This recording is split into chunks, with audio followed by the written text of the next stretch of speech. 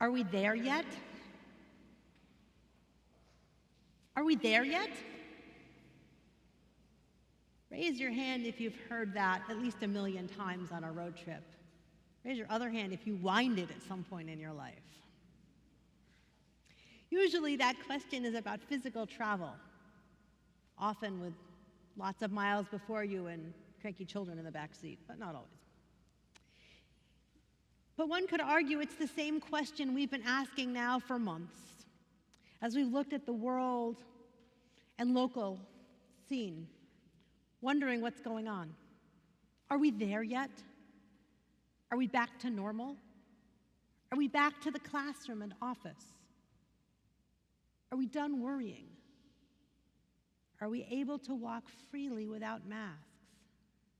Are we able to go out easily with friends and not be worrying? Or celebrate simchas, joyous occasions, without concern? We know the answer. Look around. Many fewer of us are here in the sanctuary than 2 years ago in 2019 when we last gathered in person for Rosh Hashanah.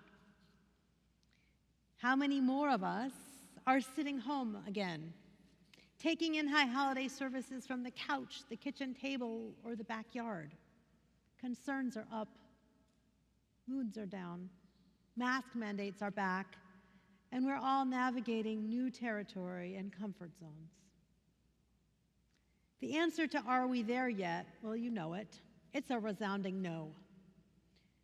It's no if we mean back to the way things were, back to what we might call normal. But wait, we are here.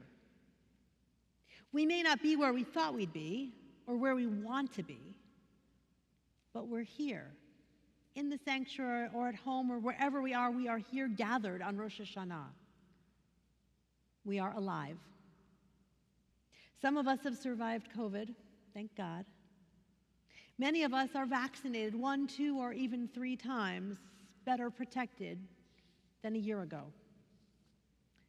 Unsteady in our footing as the ground beneath us continues to shift, certainly we're in a different place from last year. The world's not as open or as comforting as we'd like. But listen to what we just heard. Cantor Goldstein chanted Hineni, the prayer that literally opens Rosh Hashanah and says, I am here. Extend that to all of us. We are here. Now, of course, here is not there. There is where we hoped to be. Earlier in the summer, remember that? June, July, there was a bright glimpse of there. Like redemption on the horizon, a more normal place. It felt great. Openness to go places, to be with people, not worry so much. There was levity, even euphoria. And then things changed.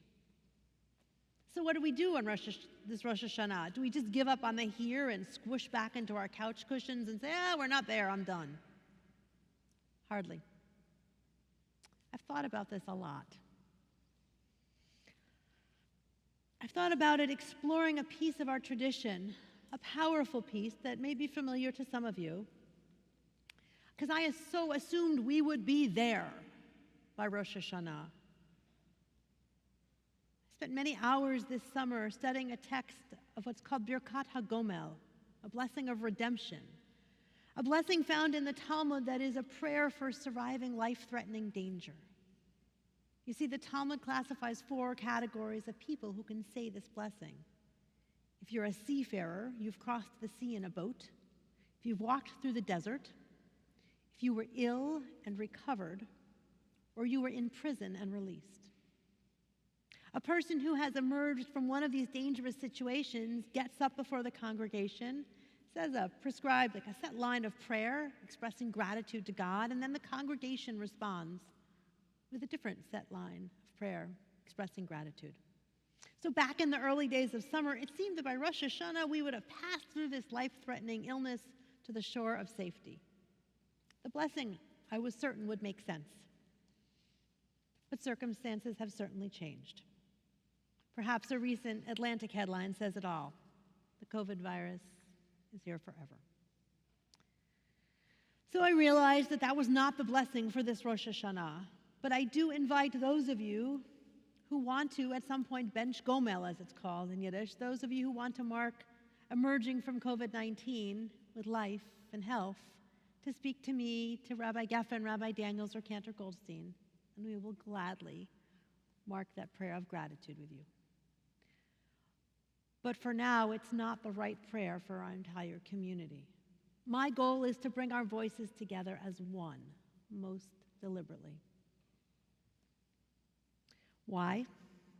First, consider what here means in the larger world. Surgeon General Vivek Murthy, in his recent book, Together, The Healing Power of Connection in a Sometimes Lonely World, Dr. Murthy reflects on the period we've been living through. He remarks on the human losses of connection. Murthy writes, the bottom line is that we all yearn to connect. There are two basic human yearnings: to feel at home in your own skin and to feel at home on this wonderful earth. Your sense of self, he explains, is a communal construct. Whether you put it theologically or biologically, we are created for community.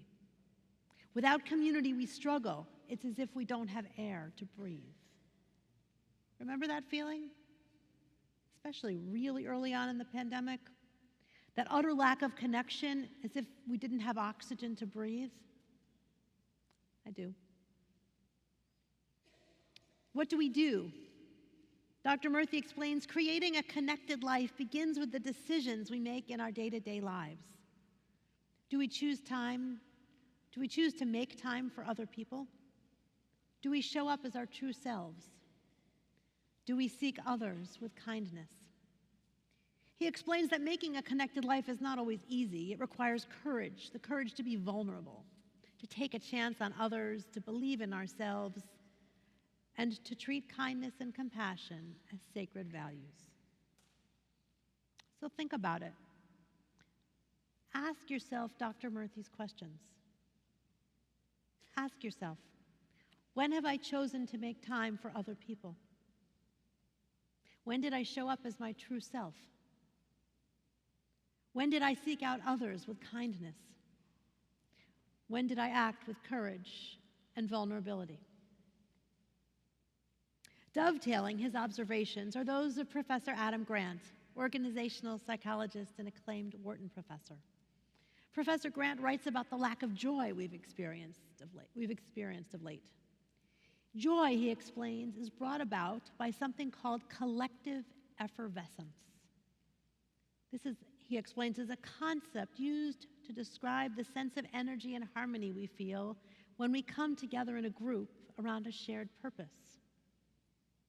It's the synchrony, he describes, the synchrony you feel when you slide into rhythm with others on a dance floor, colleagues in a brainstorming session, community, friends and family at a religious service, or teammates on a soccer field. And during this pandemic, it's been largely absent from our lives. So look back on your summer and the year ending. Recall an experience of shared energy. Maybe you were sitting over coffee or lunch outside with a friend, taking a walk in the Botanic Gardens, playing a sport, serving at a soup kitchen, making music. Maybe you were joining a protest for a cause you believed in, or celebrating B'nai Mitzvah or a wedding. Or you were sitting outside on the terrace with us singing Shema or Lecha Dodi. Think about how those moments felt, especially when they were really new or renewed, when you hadn't done them in a long time. Indeed, we've had a loss of connectedness and a loss of joy. So what do? Dr. Murthy tells us to show up, be honest and vulnerable as our true selves, bring kindness and compassion to others. Professor Grant tells us to connect, care, and contribute, to pursue happiness collectively, together. I invite you to start with me. Where? With a blessing that literally says, thanks for bringing us here. We invoke it for a new house or new clothes, seeing a friend after more than a month, eating a fruit for the first time in the season, or perhaps it's best known from the first night of Hanukkah and a few other holidays. That blessing is Shehachianu. Baruch atah Adonai Eloheinu melech haolam shehachianu v'kiyamanu v'higianu lazman hazeh. We can say it and sing it in our sleep, many of us, but now let's unpack it. The blessing has 3 verbs. The first is amidst the word shehachianu, from the verb, the Hebrew word for giving life. We are alive.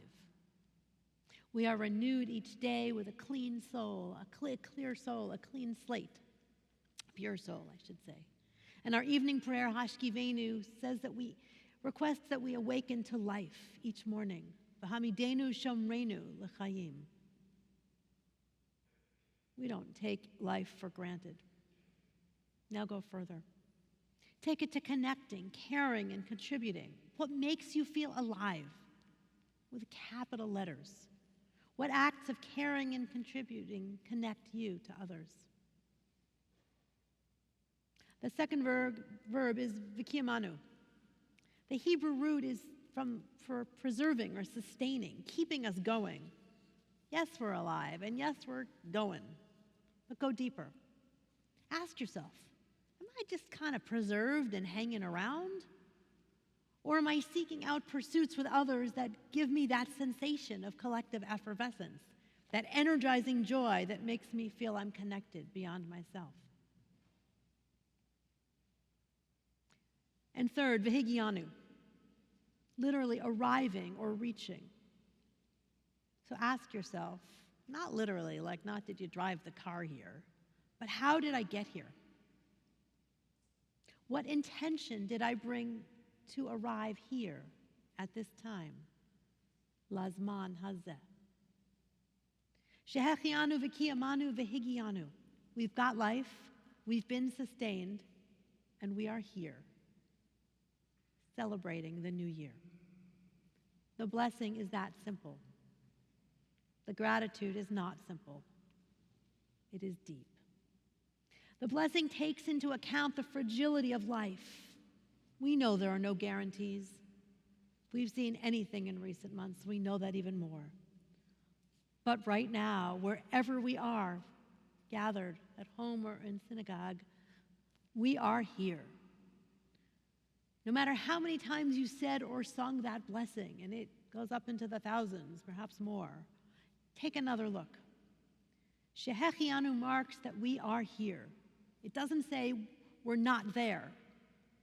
It doesn't look over there where we aren't. See yourself 1 year ago and see where you are now. Ask yourself, what am I grateful for at this moment? What am I grateful for here and now? Now I invite you to join together wherever you are in these simply powerful words in just a moment.